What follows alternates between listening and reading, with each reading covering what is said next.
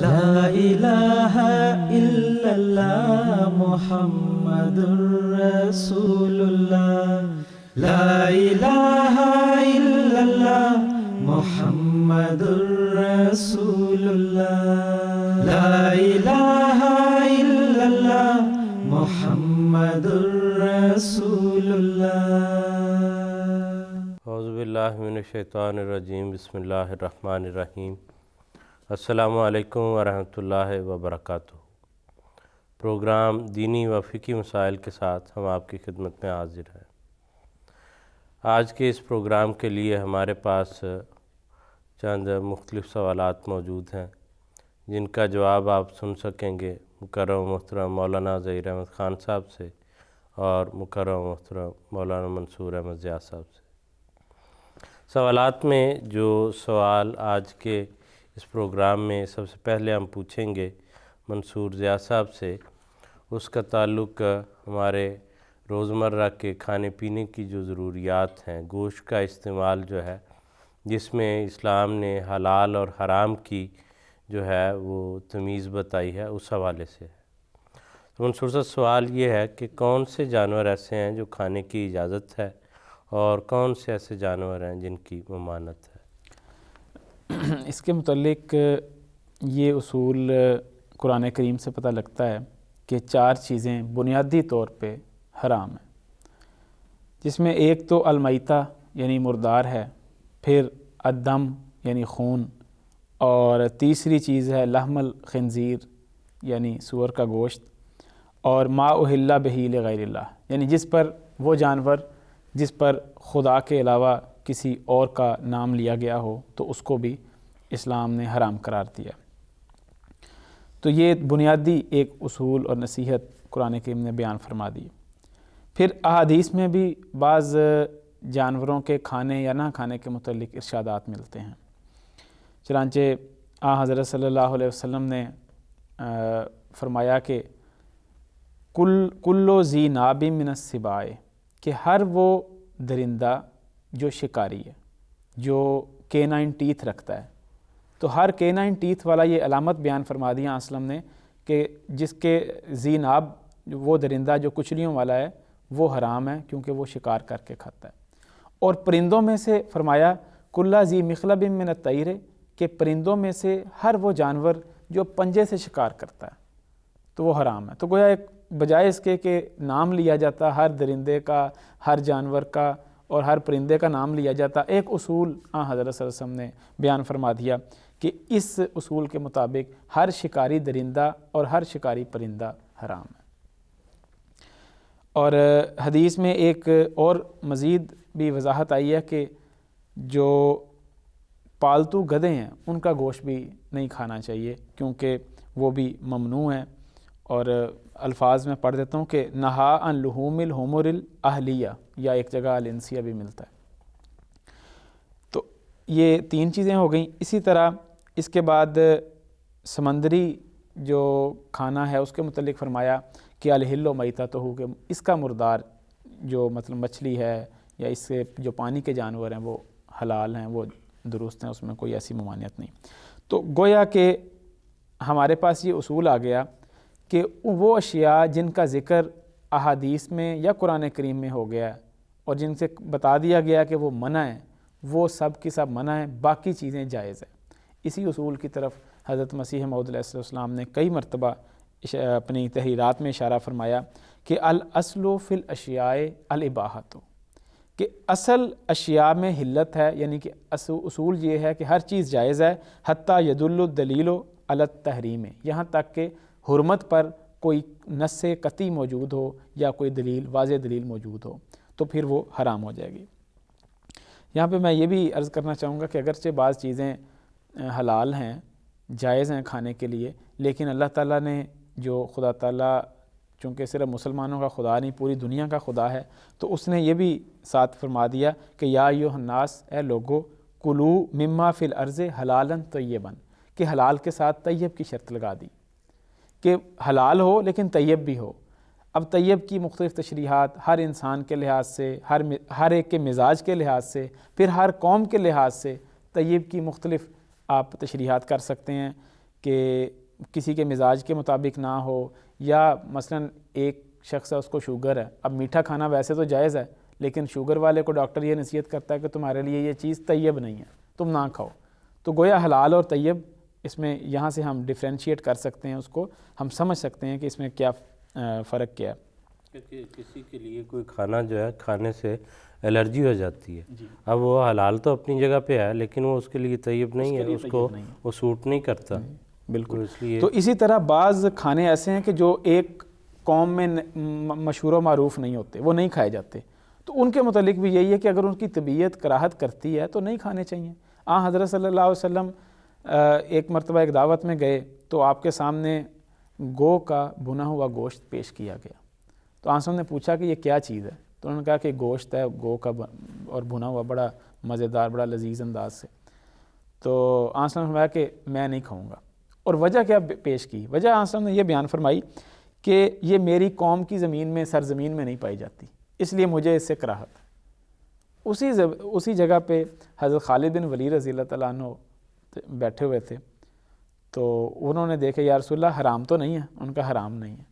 تو انہوں نے اپنے آگے آنسلم کے آگے سے وہ ڈش جو تھی اپنے طرف کھینچ لی اور اس میں سے کھانے لگے، اور آنسلم ان کو دیکھتے رہے کہ کھا رہے ہیں اور کوئی ایسی بات نہیں کی. تو اس سے یہ بھی اصول نکلا کہ وہ چیزیں جو ایک خاص قوم میں جائز سمجھی جائیں اور ان میں وہ کھا سکتے ہیں تو وہ کھائیں، لیکن اگر ان میں کوئی چیز اگرچہ حلال ہے لیکن جائز نہیں سمجھی جاتی تو وہ بے شک نہ کھائیں. اس کی مثال ایک اور مجھے مل گئی ہے. ایک ہمارے احمدی دوست حضرت مسیح مسلم کے زمانے میں احمدی ہوئے، سکھوں سے احمدی ہوئے. تو اب ان میں گائے کا گوشت کھانے کی بڑی پابندی کی جاتی کہ گائے کا گوشت نہیں کھانا. تو جب وہ احمدی ہوئے تو ان کو کہا گیا کہ آپ گائے کا گوشت کھائیں، ان کو پیش کیا گیا، وہ نہیں کھاتے تھے. آخر چند ساتھیوں نے مل کے زبردستی ان کو گائے کا گوشت کھلانے کی کوشش کی اور کھلا دیا.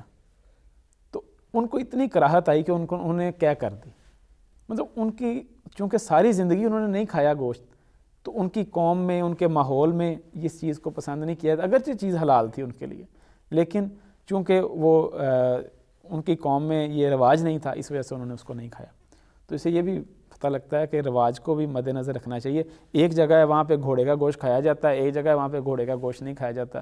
مجھے پتہ ہے رشیا کے علاقے میں ہمارے مربیان اور مبلغین جب جاتے ہیں تو وہ کہتے ہیں ہم تو وہاں پہ گھوڑے کے گوشت کے کباب کھاتے ہیں. وہاں پہ عام استعمال ہوتا ہے. عرب میں بھی گھوڑے کا گوشت کھایا جاتا تھا. تو آنسلم کے دور میں بھی کھایا جاتا تھا، لیکن اب برصغیر پاک و ہند میں اگر اب یہاں پہ دیکھ لیں تو یہاں پہ گھوڑے کے گوشت کو گھوڑا مرنے دیں گے کہ جس طرح بھی یہ مر جائے، لیکن اس کو ذبح کر کے یہ نہیں کریں گے کہ اس کو ہم کھا لیں، کیونکہ یہ قوم کا ایک رواج ہے کہ اس کو نہیں پسند نہیں کیا جاتا، اس کو سمجھا جاتا ہے کہ گویا کہ یہ حرام ہے. تو اس طرح مختلف اقوام میں مختلف چیزیں حلال سمجھی جاتی ہیں اور بعض جگہوں پہ نہیں سمجھی جاتی. جی ٹھیک ہے.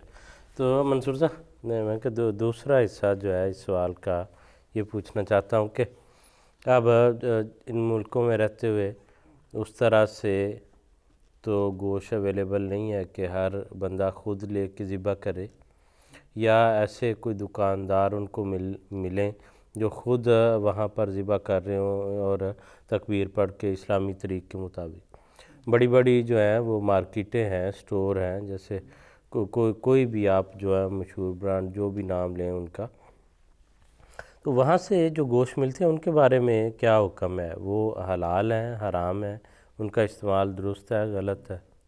اسلام نے ان کے متعلق ایک اصول بیان فرما دیا، بڑا پیارا اصول ہے. حدیث میں آتا ہے کہ آنسر نے فرمایا ما انہر الدم، وہ چیز کہ جس سے خون بہہ جائے جانور کا، و ذکر اسم اللہ علیہ، اور اس پر اللہ تعالیٰ کا نام لیا گیا ہو. تو گویا دو شرائط بیان کر دی کہ خون نکل جائے اور اللہ تعالیٰ کا نام لیا گیا ہو تو کیا ہے فَکُلُوا، تو تم اس کو کھا لو. تو یہ بنیادی ایک شرط ہے. جانور حلال ہو، یہ نہیں کہ سور کے گوشت کے اوپر، ہاں جی، اس پہ بنیاد وہی ہے کہ جو حلال جانور ہیں ان میں سے ہو. تو اصل وہی بنیاد آگی کہ شرط یہی ہے کہ خون اندر سے نکل گیا ہو. حدیث میں آتا ہے کہ حضرت صلی اللہ علیہ وسلم سے پوچھا گیا کہ یا رسول اللہ ایک قوم ہمارے پاس گوشت لے کے آتی ہے. تاجر چونکہ اس وقت بھی تھے، لوگ گوشت تقسیم کیا کرتے تھے یا لے کے آیا کرتے تھے، تو وہاں حضرت صلی اللہ علیہ وسلم سے پوچھا، دریافت کیا گیا کہ یا رسول اللہ ایک قوم لے کر آتی ہے گوشت، ہمیں نہیں پتہ کہ وہ اس پر اللہ تعالیٰ کا نام لیا گیا یا نہیں لیا گیا، تو آن صلی اللہ نے فرمایا کہ سم اللہ علیہ، کہ اس پر اللہ کا نام لو وَکُلُوہ ہو اور تم اس کو کھا لو، تو یہ تمہارے لیے جائز ہو گیا۔ گویا وہی بات کہ بنیادی شرط یہی ہے کہ خدا کے نام پر ذبح کیا گیا ہو یا اور خون نکل گیا ہو۔ اگر خون نہیں نکلتا، خون اندر رہ جائے تو پھر وہ چیز درست نہیں ہے۔ جیسے میں نے ابھی تھوڑی دیر پہلے بھی سوال کے جواب میں عرض کیا تھا کہ مردار کو کہا گیا کہ مردار حرام ہے۔ مردار کے حرام ہونے کی وجہ کیا ہے؟ اس کی وجہ یہ ہے کہ خون جو تعفن پیدا کرتا ہے وہ جسم کے اندر سے نہیں نکلتا، جس کا نتیجہ یہ نکلتا ہے کہ وہ سارا گوشت جو ہے وہ زہریلا ہو جاتا ہے اور وہ کھانے کے قابل نہیں رہتا، حفظان صحت کے اصولوں کے خلاف ہو جاتا ہے۔ تو مردار کی تشریح کرتے ہوئے قرآن کریم نے ایک جگہ فرمایا ہے المنخنقہ کا، تو کہ مردار المنخنقہ بھی مردار ہے۔ منخنقہ وہ جانور ہے جس کو گلا گھونٹ کر یا اس کا دم کھینچ کر اس کو مار دیا گیا ہو۔ پھر ہے الموقوذہ، تو وہ جانور جس کو چوٹ لگے اور وہ مر جائے، اور چوٹ ایسے لگے کہ خون باہر نہ نکل سکے۔ پھر ہے النتیحہ، تو المتردیہ، تو اوپر سے کوئی نیچے جانور گرتا ہے اور اس کے نتیجے میں اس کی موت واقع ہو جاتی ہے، تو وہ جانور بھی جائز نہیں ہوگا۔ تو گویا جو بھی قرآن کریم نے مردار کی تشریح میں جتنے بھی یہ 2-3 الفاظ استعمال کیٹیگریز بیان کی ہیں، اس کا نتیجہ یہی نکلتا ہے کہ خون اندر رہ جاتا ہے اور خون باہر نہیں نکل سکتا، جس کی وجہ سے وہ زہریلے ہو جاتے ہیں۔ حضرت مسیح علیہ السلام نے ایک مرتبہ بڑا خوبصورت ارشاد تھا حضور کا، حضور فرماتے ہیں کہ مردار کا کھانا ظاہری صحت کے لیے بھی مضر ہے، اور جن جانوروں کا خون اندر ہی رہتا ہے جیسے گلا گھونٹا ہوا یا لاٹھی سے مارا ہوا، یہ تمام جانور در حقیقت مردار کے حکم میں ہی ہیں۔ کیونکہ فرماتے ہیں کیا مردے کا خون اندر رہنے سے اپنی حالت پر رہ سکتا ہے؟ نہیں، بلکہ وہ بوجہ مرطوب ہونے کے بہت جلد گندا ہو جائے گا اور اپنی عفونت سے تمام گوشت کو خراب کر دے گا۔ تو گویا حفظان صحت کا ایک اصول جو اسلام نے اس کا خاص طور پر خیال رکھا ہے۔ حضرت خلیفۃ المسیح الخامس ایدہ اللہ تعالیٰ بنصر عزیز سے سوال ہوا کہ حضور یو کے کے متعلق ایک خاص سوال تھا کہ یو کے میں حلال کے متعلق ہمارا کیا نظریہ ہونا چاہیے، کیا ہم سٹوروں سے چیزیں خرید لیں یا نہ خریدیں؟ تو اس میں مشہور ہے کہ جانوروں کو سٹن کیا جاتا ہے۔ سٹن یہ ہوتا ہے کہ جانور کو بجلی لگا کے الیکٹریکل سے اس کو بے ہوش کر دیا جاتا ہے اور پھر اس کو ذبح کیا جاتا ہے۔ تو حضور نے فرمایا کہ ان کو ہاف سٹن کر کے پھر ان کو بلیڈ کیا جاتا ہے، تو جب بلیڈ کیا جاتا ہے تو وہ حلال ہو گئے۔ اسلام کی جو شرط ہے وہ پوری ہو گئی، اس صورت خون اس کا نکل گیا، بے شک سٹن کیا جاتا ہے اس کو، لیکن جب خون نکل گیا تو تم نے اس کو کھا لینا ہے، تو وہ حلال ہے۔ فرمایا کہ اصل چیز اللہ تعالیٰ نے یہ کہی ہے کہ تم اس کا خون بہا دو، جب اس کو بلیڈ کر دیا تو سارا خون اس کا ڈرین ہو گیا، جس سے وہ حلال ہو گیا۔ اور ایک حضور نے بڑی مزیدار بڑی خوبصورت بات بیان کی، حضور نے فرمایا کہ یہاں پہ جو تمہاری حلال شاپ ہے اس کا سلاٹر ہاؤس ایک ہی ہے، مطلب ایک ہی سلاٹر ہاؤس ہے، ایک ہی جگہ ہے جہاں پہ جانوروں کو ذبح کیا جاتا ہے۔ ایک طرف حلال کی مہر لگ کے حلال شاپ پہ چلا جاتا ہے اور ایک طرف عام جو دکانیں ہیں جیسے ٹیسکو ہے یا کوئی اور جہاں پہ جو بڑے سٹور ہیں ادھر گوشت چلا جاتا ہے۔ تو گویا بنیاد وہی ہے کہ اگر بلیڈ کر دیا اور خدا تعالیٰ کا نام لینا ہے آپ نے اور آپ نے اس کو کھا لینا ہے، اس میں کسی قسم کی کوئی ایسی ممانعت نہیں۔ تو بنیادی شرط جو ہے اس کی وہ پوری ہونی ضروری ہے، اور ظاہر سی بات ہے کہ یہ جو سٹور ہیں جہاں سے ہم گوشت لیتے ہیں کہ اس کے وہ اس طریق سے ذبح کرتے ہیں کہ اس کا خون نکل جائے، اور دوسرا جو غیر اللہ والا ہے وہ کوئی تصور جو ہے وہ نہیں پایا جاتا کہ کوئی غیر اللہ کا نام جو ہے اس پر لیا جاتا، وہ تجارتی مقاصد کے لیے ذبح کر کے جو ہے سلاٹر ہاؤس سے اس طرح سے وہ پیش کیا جا رہا ہے، اور صحت کے اصولوں کے مطابق اس کو چیک کیا ہوتا ہے، سرٹیفائیڈ ہوتا ہے، تو اس لیے جو نہ اس میں کوئی شرک والا پہلو ہے اور نہ اس میں صحت کی خرابی والا کوئی پہلو ہے، تو اس وجہ سے دونوں طریق سے یہ درست قرار۔ بلکہ میں ایک ویڈیو دیکھ رہا تھا، اس میں انہوں نے یہ ذکر کیا تھا کہ جب یہ تحقیق شائع ہوئی کہ ٹیسکو کا گوشت عموماً نیوزی لینڈ سے آتا ہے یا مختلف ممالک سے آتا ہے، درآمد ہوتا ہے اور وہ حلال گوشت ہوتا ہے، یا یہاں پہ بھی جو کیا جاتا ہے وہ بھی حلال گوشت کیا جاتا ہے لیکن اس پہ مہر نہیں لگائی جاتی۔ جب یہ تحقیق ایک جریدے میں شائع کی گئی، ایک رسالے میں، تو ایک خاتون تھی مسیحی، انہوں نے کہا کہ میں نے گوشت ہی نہیں کھانا کیونکہ یہ چونکہ حلال ہوتا ہے اس لیے میں نے نہیں کھانا. تو مجھے بتایا کیوں نہیں گیا کہ یہ گوشت حلال ہے؟ تو عموماً سب لوگ انہوں نے مینیجر نے یہ کہا بھی کہ اس گوشت میں کوئی خرابی ہے یا مضر صحت ہے تو پھر تو ہم ذمہ دار ہیں. لیکن اس عورت نے نہیں مانا اس بات کو اور اپنے گوشت واپس کر کے تو پیسے واپس لیے. تو بعض اتنے کٹر بھی ہوتے ہیں. یعنی عمومی بات یہ ہے کہ بالعموم اسی طرح سے ذبح کیا جاتا ہے جو ہمارا طریق ہے اس کے مطابق ہی ذبح کیا جاتا ہے. بہرحال یہ آگے چلتے ہیں. آگے ہمارے پاس یہ سوالات ہیں. خاصا یہ کچھ سوالات جو ہیں ایک موضوع سے تعلق رکھتے ہیں. ہمیں جرمنی سے یہ کسی دوست نے بھجوائے ہیں. تو اچھا ہے اس میں مختلف پہلو جو ہیں وہ اس لحاظ سے کور ہو جائیں گے. تو آپ بزرگان سے دونوں سے باری باری جو ہے مختلف سوالات پوچھ لیتا ہوں. سوال انہوں نے یہ پوچھا ہے کہ ختنہ کروانا فرض ہے یا سنت؟ اور دوسرا حصہ اس کا سوال کا انہوں نے یہ پوچھا کہ اگر کسی بچے کا ختنہ نہ کیا جائے تو کیا وہ مسلمان رہے گا یا نہیں؟ وہ کہتے ہیں کہ جی کوئی آیت اس طرح اس کے متعلق واضح نہیں ملتی، حدیث میں ذکر ہے، تو یہ ہو سکتا ہے کہ صرف عرب کا رواج ہو اس وجہ سے یہ چل رہا ہے. اس میں سب سے پہلی اور بنیادی بات جو قرآن کریم نے بیان کی اسی سے میں بات شروع کروں گا. اللہ تعالیٰ قرآن کریم میں فرماتا ہے ما آتاکم الرسول فخذوہ وما نہاکم عنہ فانتہوا. یہ سورۃ الحشر کی آیت ہے کہ جو یہ رسول تمہیں کرنے کا حکم دے اس کو کرو، یعنی جو تمہیں حکم دے اس پہ عمل کرو، اور جس سے تمہیں روکے اس سے رک جاؤ. تو بڑی بنیادی شرط ہر مسلمان کے لیے یہ ہے کہ جن باتوں کے کرنے کا حضور صلی اللہ علیہ وسلم نے ارشاد فرمایا وہ فرض ہیں، کچھ واجب ہیں، کچھ سنت ہیں، تو ان کو جس جس درجے میں انسان کرے گا اس درجے کے مطابق اس کو اس کا ثواب ملے گا. اب جہاں تک ختنے کی بات ہے تو یہ سنت ہے، اور حضور صلی اللہ علیہ وسلم نے فرمایا کہ الختان سنت للرجال. مسند احمد بن حنبل کی یہ حدیث ہے کہ حضور نے فرمایا کہ ختنہ جو ہے وہ مردوں کے لیے سنت ہے. اور عرب میں یہ رواج تھا حضور صلی اللہ علیہ وسلم سے پہلے بھی کہ بچوں کا ختنہ ہوتا تھا. اور یہ دراصل کہتے ہیں کہ حضرت ابراہیم علیہ السلام کی سنت تھی. ان کو اللہ تعالیٰ نے یہ حکم دیا اور ان سے یہ ختنہ کی رسم شروع ہوئی، اور اسی لیے جو ان کے پیروکار ہیں وہ سارے ختنہ کرواتے ہیں. اور چونکہ عرب میں یہ تھا حضور صلی اللہ علیہ وسلم نے اس سنت ابراہیمی کو پھر جاری فرمایا. اور جس طرح میں نے عرض کیا کہ حضور نے فرمایا کہ یہ سنت للرجال، اور پھر حضور نے اس کو جاری فرماتے ہوئے فرمایا کہ اس کو فطرت کا حصہ قرار دیا. حضور نے بخاری میں یہ حدیث موجود ہے کہ حضور نے فرمایا کہ 5 باتیں ایسی ہیں جو فطرت کا حصہ ہے. اس میں حضور نے فرمایا ختنہ کروانا ایک ہے، زیر ناف بال کاٹنا، مونچھیں کتروانا، ناخن کاٹنا اور بغلوں کے بال صاف کرنا. یہ 5 باتیں حضور صلی اللہ علیہ وسلم نے فطرت کا حصہ قرار دی ہیں کہ جو پاک صاف رہنے والے وہ لوگ ہیں وہ ان پر عمل کرتے ہیں.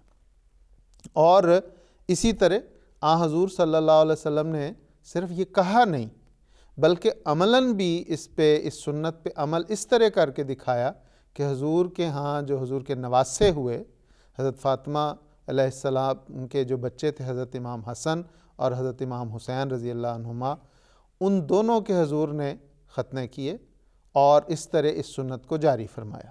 تو صرف حضور نے یہ ارشاد نہیں فرمایا بلکہ اپنے بچوں کے ختنے کر کے بتایا کہ حضور کا اس پہ عمل بھی ہے.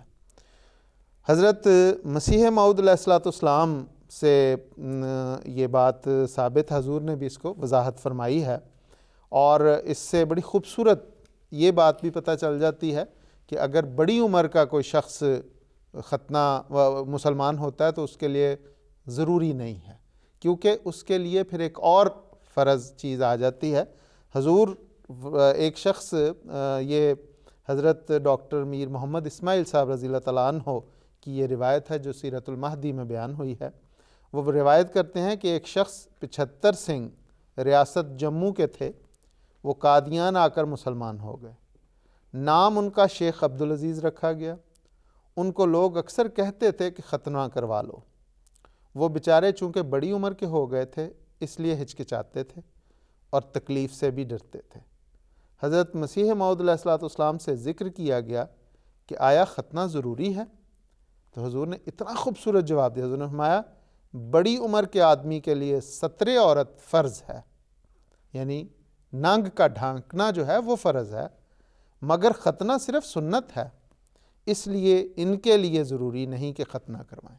یعنی بڑی عمر کے ہو گئے تو وہ اس میں بھی بتایا کہ یہاں حضور صلی اللہ علیہ وسلم کی ایسی سنت ہے جو دراصل حضور صلی اللہ علیہ وسلم نے بچوں کے لیے جاری فرمائی، اور بچے اور اس میں اس لحاظ سے ہر مسلمان کے لیے حضور صلی اللہ علیہ وسلم نے، یعنی ہر پیدا ہونے والے مسلمان کے لیے یہ حضور نے جاری فرمایا اور اس کی تاکید فرمائی کہ اس پر عمل کیا جائے، کیونکہ اور اس کو فطرت کا حصہ قرار دیا۔ تو ایسے بچے جو ہیں ان کے لیے اس کو، جو مسلمان بچے پیدا ہوتے ہیں ان کے لیے حضور صلی اللہ علیہ وسلم کی ایسی سنت ہے جس کی تاکید کی گئی۔ جی ٹھیک ہے حضرت، جزاک اللہ۔ محترم خان صاحب کی بات کے حوالے سے میں عرض کرنا چاہوں گا، جیسے انہوں نے کہا کہ جس حدیث کا ذکر کیا انہوں نے کہ 5 باتیں ایسی ہیں کہ جس کے متعلق آپ نے فرمایا یہ انسان کی فطرت کا حصہ ہے۔ اب جب ہم اسلام کی بنیادی تعلیم کو دیکھیں تو اس میں پتہ لگتا ہے کہ جو صفائی ہے وہ نصف ایمان ہے۔ کہا گیا کہ صفائی نصف ایمان ہے، اور ایک قرآن کریم کی آیت ہے ان اللہ یحب التوابین و یحب المتطہرین۔ تو سب سے پہلا توابین یعنی کہ باطنی پاکیزگی، تو اللہ تعالیٰ باطنی پاکیزگی اختیار کرنے والوں کو پسند کرتا ہے، اور دوسری یہ شرط بتا دی کہ متطہرین جو ظاہری پاکیزگی بھی اختیار کرتے ہیں۔ اب جو 5 باتیں ذکر کیا جن کا خان صاحب نے، اس میں پہلے ہے زیر ناف بال کٹوانا۔ اب یہ ساری وہ چیزیں ہیں جن کا انسان کی ظاہری صفائی کے ساتھ تعلق ہے، ظاہری جسمانی صفائی کے ساتھ تعلق ہے۔ اب مونچھیں چھوٹی کروانا اس کا بھی اس لیے حکم ہے کہ جب آپ پانی پئیں گے تو مونچھوں کے ساتھ جو جراثیم لگ جاتے ہیں وہ پانی کے ساتھ آپ کی گلاس میں شریک ہو کے تو آپ کو گویا کہ ایک ایسا پانی پی رہے ہیں آپ جو جراثیم والا ہے، تو اس سے بچانے کے لیے یہ کہا۔ پھر ناخن کاٹنا، ناخن اس لیے کہا گیا کہ اگر بڑے کے ناخن ہو جائیں گے تو ان میں جو میل کچیل اندر رہ جاتی ہے وہ نہ رہے اور صفائی کا خیال رہے۔ اسی طرح جو بغلوں کے بالوں کی صفائی کرنے کا ارشاد فرمایا وہ بھی یہی تھا کہ تاکہ کسی قسم کا تعفن پیدا نہ ہو، اور جو بعض لوگوں کو بغل گند کی بیماری ہو جاتی ہے تو وہ جو بیماری ہے وہ بھی دور ہو جائے، وہ بھی اس پر عمل کرنے کے نتیجے میں ختم ہو جاتی ہے۔ اور جو یہ ارشاد تھا الختان والا کہ ختنہ ہونا چاہیے، اس میں بھی بنیادی طور پہ یہی حکم ہے کہ انسان کی جسمانی صفائی کا خاص طور پہ جو خیال رکھا گیا۔ تو میں سمجھتا ہوں کہ اسلام میں اس میں بنیادی طور پہ یہ حکم موجود ہے صفائی کا، تو اس کی بنیاد قرآن میں موجود ہے۔ بالکل درست بات، جس طرح ناخن بڑے ہوں تو ان میں گند پھنستا ہے، بغلوں کے بال یا زیر ناف بال بڑے ہوں تو ان میں گند پھنستا ہے، اسی طرح ختنہ بھی جو دراصل وہ حصہ کاٹا جاتا ہے جو زائد ہے۔ جب بچہ پیشاب وغیرہ کرتا ہے تو اس میں پانی وہ قطرہ رکتے ہیں اور اس سے بعض اوقات کئی بیماریاں پیدا ہوتی ہیں، اس لیے وہ بھی صفائی کا ہی، جس طرح محترم منصور صاحب نے کہا، وہ دراصل بنیادی حکم دراصل صفائی ہے۔ حضور صلی اللہ علیہ وسلم فرمایا النظافۃ من الایمان، ایمان کا ایک حصہ قرار دیا ہے، اس لیے یہ 5 باتیں دراصل صفائی سے تعلق رکھتی ہیں، اس لیے ان کا کرنا ضروری بن جاتا ہے۔ اور آج کل کی میڈیکل تو ظاہری طور پہ بھی تسلیم کرتی ہے کہ اس کے بہت فوائد ہیں۔ مثلا جو WHO جو ورلڈ ہیلتھ آرگنائزیشن ہے اس کی بعض رپورٹس میں یہ بات شائع ہوئی ہے، موجود ہے، اور ڈاکٹرز اس بات کو مانتے ہیں کہ جو ایڈز کی بیماری ہے، جو HIV وائرس ہے، اس کے پھیلنے کی ایک وجہ یہ بھی ہے کہ ختنہ نہ کروانا، اور جو ہے میڈیکلی ریکمینڈڈ ہے اس کا وہ مذہب سے کوئی تعلق نہیں گردانتے، بالکل، کہ مذہب آپ کا جو بھی ہے وہ کہتے ہیں کہ میڈیکل کے لحاظ سے یہ بچے کی صحت کے لیے، صفائی کے لیے یہ بہتر ہے، اس لیے اس کو کرنا چاہیے۔ اس میں ضمناً یہ چونکہ بات اب اس پہ چل رہی ہے تو اس پہ بعض لوگ یہ سوال کر دیتے ہیں کہ آخر کیا وجہ ہے اس کی، کیا ضروری ہے، خدا نے نہیں اس کو کاٹا تو انسان کیوں اس کو عضو کو کاٹے، اس حصے کو؟ تو دراصل یہ، یا اگر اللہ تعالیٰ چاہتا تو خود اس کو کاٹ دیتا، تو دراصل اس پہ میڈیکل سائنس نے اس کو پروو کیا ہے کہ چونکہ جب بچہ ماں کے پیٹ میں رحم میں ہوتا ہے تو اس کی ٹانگیں یوں جڑی ہوتی ہیں اور اس کا یہ عضو جو ہے ٹانگوں کے درمیان ہوتا ہے. جب بچہ حرکت کرتا ہے تو وہ ٹانگیں آپس میں رگڑ کھاتی ہیں. تو اس عضو کو جو اس کی چونکہ حساسیت کی ضرورت ہوتی ہے اس لیے اس پہ کور اس وقت دیا, اور جب بچہ پیدا ہو جاتا ہے جب وہ رگڑ اس طرح نہیں کھا رہی ہوتی ٹانگیں اس کی, تو اس وقت پھر اس کو کہا کہ اب اس کو کاٹ دو کیونکہ اب اس پہ کور کی ضرورت نہیں ہے. اب اس پہ اگر کور رہے گا تو جس طرح منصور صاحب نے کہا, آپ نے کہا, تو اس سے پھر کئی بیماریاں پیدا ہو سکتی ہیں. تو یہ اصل میں اس میں بنیادی ایک حکم یہ بھی ہے اس لیے کہ اللہ تعالیٰ نے اس وقت اس کو نہیں کاٹا. تو بعض ایسے لوگ, میرے ایک مثال میرے علم میں ہے, ایک مسیحی دوست کی, اس نے مجھے خود بتائی, شادی شدہ تھا, اس نے مجھے بات بتایا, کہنے لگا کہ مجھے ایک تکلیف ہو گئی پیشاب کی بندش کی اور شدید قسم کا انفیکشن ہو گیا. بڑے علاج کرائے میں نے لیکن کسی طرح سے مجھے آرام نہیں آتا تھا. تو کہتے ہیں میں ڈاکٹر کے پاس جب گیا تو اس نے کہا کہ اگر تمہارا ختنہ ہو جائے تو یہ بیماری سے تم نجات پا سکتے ہو. کہتے ہیں کہ چونکہ ہمارے ہاں رواج نہیں ہے, لیکن میں نے ڈاکٹر کی ہدایت کے اوپر جب یہ عمل جراحی کرایا تو اس کے بعد سے مجھے کسی قسم کا کوئی انفیکشن نہیں ہوا, کسی قسم کی کوئی پیشاب کی بندش کی تکلیف نہیں ہوئی, بلکہ میں بالکل ٹھیک ہو گیا ہوں. تو یہ بھی ایک ظاہری جیتی جاگتی مثال ہے. میڈیکل کے لحاظ سے جانی مانی یہ بات ہے کہ اس کے, اور اسلام جو ہے وہ اس کے سارے حکم ہیں ہی دراصل انسان کی اپنی بہتری کے لیے ہیں, کہ اس کی جسمانی بہتری بھی, اس کی معاشرتی بہتری بھی, اور اس کی روحانی بہتری کے لیے بھی. منصور صاحب یہ بیان فرما دیں کہ ختنہ کس وقت بچے کا کرنا جو ہے ضروری ہے, کوئی حد مقرر ہے اس کی عمر کی؟ اصل میں جو اس میں یہ عرض کرنا چاہوں گا کہ حدیث میں جو خان صاحب نے ابھی ایک حدیث پڑھی کہ حضرت صلی اللہ علیہ وسلم نے حضرت امام حسن اور حسین کا ختنہ کرایا, تو اس میں آتا ہے کہ ساتویں دن ختنہ کرایا. تو اور اس سے گویا یہ پتہ لگ گیا کہ 7ویں دن یا 7ویں دن کے بعد. ایک حدیث میں آتا ہے کہ 14ویں دن, ایک حدیث میں آتا ہے 21ویں دن, کیونکہ ختنہ عقیقے کو ختنے کے ساتھ بھی بعض اوقات بعض احادیث میں جوڑا گیا ہے, کیونکہ عقہ کا مطلب ہوتا ہے کاٹنا, اس میں بال کاٹنا اور ایک بکرے کی قربانی, 2 بکروں کی قربانی دینا یا ان کو ذبح کرنا وہ بھی شامل ہے. تو اسی طرح اس میں یہ چیز بھی شامل ہے. اس سے یہ پتہ لگ گیا کہ جب بھی بچے کو سہولت ہو, جب بچے کی طبیعت اس بات کی اجازت دیتی ہو, تو اس وقت یہ عمل ہو سکتا ہے. لیکن یہ پکی بات ہے کہ 7ویں دن کے بعد یا 7ویں دن اس وقت ہونا چاہیے, اس سے پہلے نہیں ہونا چاہیے. اور دوسرا یہ کہ جو حضرت مسیح موعود علیہ السلام کے حوالے سے جس واقعے کی مثال ابھی خان صاحب نے بیان کی کہ بلوغت میں ستر عورت یعنی شرمگاہ کو ڈھانپنا, پردہ, اس کے اوپر پردہ پوشی رکھنا وہ زیادہ ضروری ہے بجائے اس کے کہ اس کو یہ کہا جائے کہ نہیں پہلے تم جا کے ختنہ کراؤ. یہ تو اسی طرح ہی ہے کہ ایک شخص اگر مسلمان ہو تو اس کو کہا جائے کہ تم اس وقت تک مسلمان نہیں ہوگے جب تک کہ تم ختنہ نہیں کراؤ گے. تو اسلام میں تو ایسی کوئی شرط نہیں ہے, کسی قسم کی کوئی شرط موجود ہی نہیں ہے مسلمان ہونے کے لیے. تو اسلام نے آنسلم نے تعریف فرمائی کہ مسلمان کون ہے. آنسلم فرماتے ہیں من صلی صلاتنا واستقبل قبلتنا, کہ جس شخص نے ہماری طرح نماز پڑھی, ہمارے قبلے کی طرف منہ کیا, واکل ذبیحتنا, اور ہمارا ذبیحہ کھایا, تو فذالک المسلم الذی, تو یہ وہ مسلمان ہے الذی لہ ذمۃ اللہ و ذمۃ رسولہ, جس کے جو اللہ اور اس کے رسول کی ذمہ داری میں آ جاتا ہے. یہ کسی جگہ نہیں فرمایا کہ جس شخص نے مسلمانوں کی طرح ختنہ نہ کیا تو وہ شخص مسلمان نہیں ہے. تو گویا مسلمان ہونے کی یہ شرط نہیں رکھی گئی, نہ ارکان اسلام میں اس کو بنیاد بنایا گیا. تو بعض لوگوں نے اس کو, بعض علماء نے غلو کیا ہے اور اس کی وجہ سے یہ بعض جگہوں پہ یہ رائج ہو گیا, ورنہ ایسی کوئی شرط کا اسلام میں کوئی نہیں ملتا. بلوغت کے بعد کوئی ختنہ نہیں ہے, بلوغت سے پہلے اگر کر دیا جاتا ہے تو ٹھیک ہے, اگر کوئی بلوغت کے بعد ایمان لے کر آتا ہے تو ہم اس کو, اسلام اس کو یہ مجبور نہیں کرتا کہ اس کو اس رسم پر عمل کرنے کے لیے مجبور کیا جائے کسی بھی رنگ میں.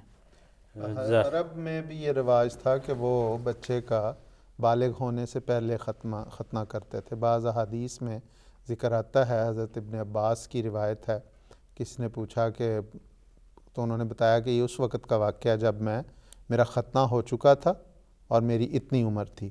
تو اس میں راوی کہتے ہیں کہ عرب میں یہ عام طور پہ رواج تھا کہ وہ بچے کا بالغ ہونے کے قریب ختنہ کرتے تھے اس سے پہلے تاکہ وہی جو منصور صاحب نے کہا یا میں نے حضرت اقدس مسیح علیہ السلام کا ارشاد پڑھا تو وہ ستر عورت بھی قائم رہے، اور اس سے پہلے اس چونکہ اس میں رواج تھا عرب میں بھی اس وہ سنت ابراہیمی سے وہ مکمل کر دیں۔ تو یہ بلکہ ہاں حضرت صلی اللہ علیہ وسلم کی زندگی میں بعض غیر اقوام کے لوگ ایمان لے کر آئے ہیں، لیکن کبھی یہ نہیں ہوا کہ ہاں حضرت صلی اللہ علیہ وسلم نے ان کو فرمایا ہو کہ نہیں تم مسلمان ہونے سے پہلے ضروری ہے کہ تم پہلے اپنا ختنہ کرا کے آؤ، کہ جی کلمہ پڑھ لو اور یہ بھی کر لو ساتھ۔ جی، اور مثلا حضرت صہیب رومی روم سے آئے، حضرت بلال رضی اللہ تعالیٰ عنہ، حضرت سلمان فارسی، یہ وہ لوگ تھے جن کی اقوام میں ختنے کا رواج نہیں تھا۔ عرب کے متعلق تو ہم کہہ سکتے ہیں کہ عرب میں بعض ایسے لوگ تھے چونکہ عرب میں ایک رواج چلا آ رہا تھا سنت ابراہیمی کے نتیجے میں، تو ان کے متعلق تو ہم کہہ سکتے ہیں، لیکن یہ وہ لوگ تھے جن کی اقوام میں رواج ہی نہیں تھا۔ لیکن کسی حدیث میں، کسی روایت میں، کسی اثر میں ہمیں یہ نہیں ملتا کہ حضرت صلی اللہ علیہ وسلم نے فرمایا ہو یا صحابہ نے بعد میں اس پر عمل کروایا ہو کہ جو شخص بڑی عمر میں اسلام لا رہا ہے اس کو اس رسم کی پابندی کرائی جائے۔ یہاں پہ یہ وضاحت بھی کر دیں کہ ایک حدیث میں یہ آتا ہے کہ حضرت ابراہیم علیہ السلام نے اپنا خود ختنہ کیا۔ آن سلام فرماتے ہیں کہ اس وقت ان کی عمر 80 سال تھی۔ میں اس سے یہ سمجھتا ہوں کہ چونکہ اللہ تعالیٰ نے حضرت ابراہیم کے ذریعے یہ سنت جاری فرمانی تھی، اس لیے انہوں نے خود یہ مشکل یا یہ تکلیف برداشت کر کے اس سنت کو جاری فرمایا ہے، اور اسی کا اظہار، اسی کا بیان جو حضور صلی اللہ علیہ وسلم نے اس میں کیا ہے کہ انہوں نے ایسا کیا اور خود کیا، اس میں ستر عورت والی بھی کوئی بات نہیں اس میں آتی، اس کی خلاف ورزی نہیں ہو رہی۔ تو دوسرا یہ کہ چونکہ اللہ تعالیٰ نے وہ کام جاری کرنا تھا اس لیے ان کے ذریعے یہ کروایا۔ جزاکم اللہ جی، ابھی اس موضوع پر جو ہیں وہ کوئی دو ایک سوالات جو ہیں اور وہ ہمارے پاس ہیں، لیکن آج کے پروگرام کا وقت جو ہے اپنے اختتام کو پہنچتا ہے، تو اگلے ہفتے انشاءاللہ مزید جو ہے وہ گفتگو ہم کر لیں گے۔ ناظرین کرام اجازت دیجیے، السلام علیکم ورحمۃ اللہ وبرکاتہ۔